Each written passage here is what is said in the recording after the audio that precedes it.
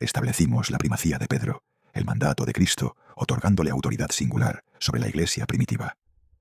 El desafío posterior es demostrar que esta autoridad se transfirió exclusivamente a los obispos de Roma. Los críticos del siglo XVI, incluyendo a Juan Calvino, Ulterico Beleño y los autores de las Centurias de Magdeburgo, caracterizaron el episcopado romano de Pedro como una fabricación.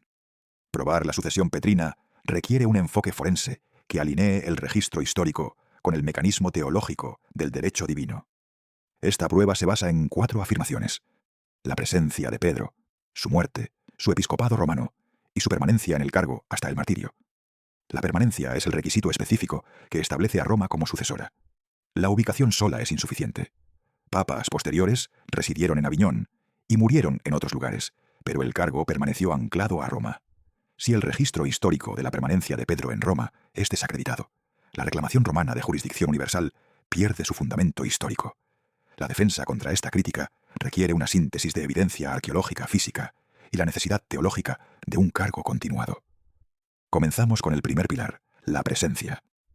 Los escritores cristianos primitivos enfrentan el desafío de documentar la ubicación de Pedro dentro de una capital pagana hostil. Pedro envía saludos desde la iglesia en Babilonia. Apocalipsis 17. Identifica a Babilonia como una ciudad sobre 7 colinas, con dominio terrenal, exclusivamente la Roma imperial. Incluso críticos como Martín Lutero aceptaron que Babilonia significaba Roma, a pesar de cuestionar la presencia de Pedro allí. El crítico Beleño argumentó que Pedro escribió literalmente desde una Babilonia física en Egipto o Siria. Esta interpretación contradice el consenso de Papías, Jerónimo y Eusebio, quienes documentaron que Pedro usó Babilonia como nombre figurativo para Roma. Respecto al segundo pilar, la muerte, el registro se preserva en los restos físicos de la ciudad. Los relatos históricos de Cayo y Eusebio identifican los monumentos de los apóstoles. Cayo citó famosamente estos hitos físicos como prueba de su martirio en Roma. Los autores antiguos especificaron la vía Ostiense para Pablo y la colina Vaticana para Pedro, el sitio exacto donde se construyó esta basílica. El consenso cristiano universal respecto a estos 1800 años está respaldado por peregrinaciones continuas.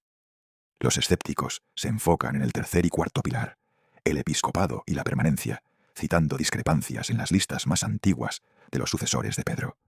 Tertuliano nombra a Clemente como sucesor de Pedro, mientras que Ireneo y Eusebio listan a Lino, luego Cleto, luego Clemente. Epifanio registra que Clemente eligió no ocupar la sede mientras Lino y Cleto vivieran. Reconocer a estos como los primeros sucesores armoniza los registros en una sola cadena.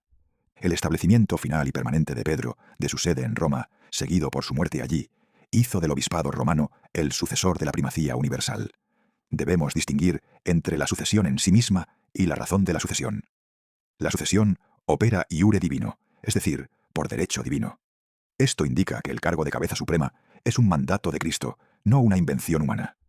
La primacía se transfirió a la sede romana porque Pedro ocupaba ese cargo específico al momento de su muerte. El mandato de Cristo de apacienta mis ovejas establece el oficio del pastor como un requisito perpetuo. El cargo sigue siendo necesario mientras la Iglesia misma exista. Como cuerpo perpetuo, la Iglesia requiere una cabeza visible. Este requisito estructural continuó después del martirio de Pedro.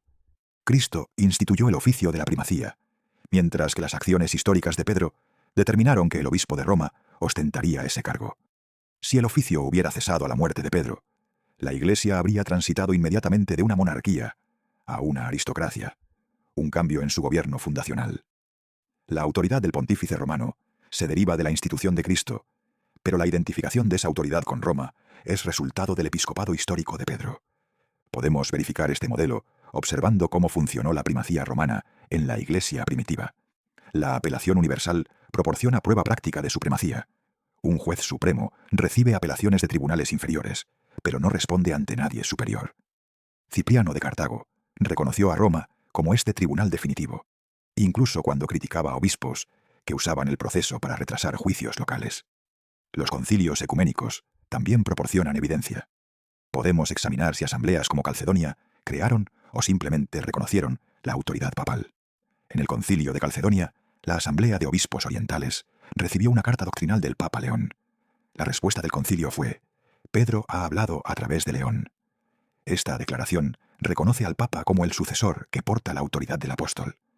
Los críticos citan el acta 16 del concilio, que sugería que la primacía de Roma se basaba en su estatus como capital imperial. Los legados papales no estuvieron presentes durante la redacción de este decreto y protestaron inmediatamente, señalando que carecía de validez histórica y teológica. Además, ciudades como Milán y Rávena también sirvieron como capitales imperiales, pero sus obispos nunca reclamaron ni recibieron primacía universal. Esta estructura respalda el principio de que la primera sede no es juzgada por nadie. Como cabeza de la república espiritual, el pontífice no está sujeto al juicio legal de príncipes seculares ni de otros obispos. Aunque se puede resistir a un papa en asuntos de fe o conducta, no puede ser formalmente depuesto por un tribunal humano inferior. Las apelaciones universales y la inmunidad estructural de la sede romana demuestran que la Iglesia primitiva reconocía al obispo de Roma como heredero de la jurisdicción de Pedro. La defensa de la sucesión papal descansa sobre la evidencia histórica y los requisitos teológicos de la Iglesia. Los registros históricos y los monumentos físicos confirman el episcopado y el martirio de Pedro en Roma. El mandato explícito de Cristo, de apacienta mis ovejas, estableció una cabeza permanente y visible para mantener la unidad firme del rebaño cristiano. Los críticos de la sede romana no han proporcionado una ubicación alternativa para la muerte de Pedro, ni una línea competidora de sucesión universal. Los pilares históricos de presencia, muerte y episcopado respaldan la necesidad teológica del cargo. Papa, vicario de Cristo, sumo pontífice, cabeza de la Iglesia. Estos títulos reflejan el desarrollo histórico de la sede romana.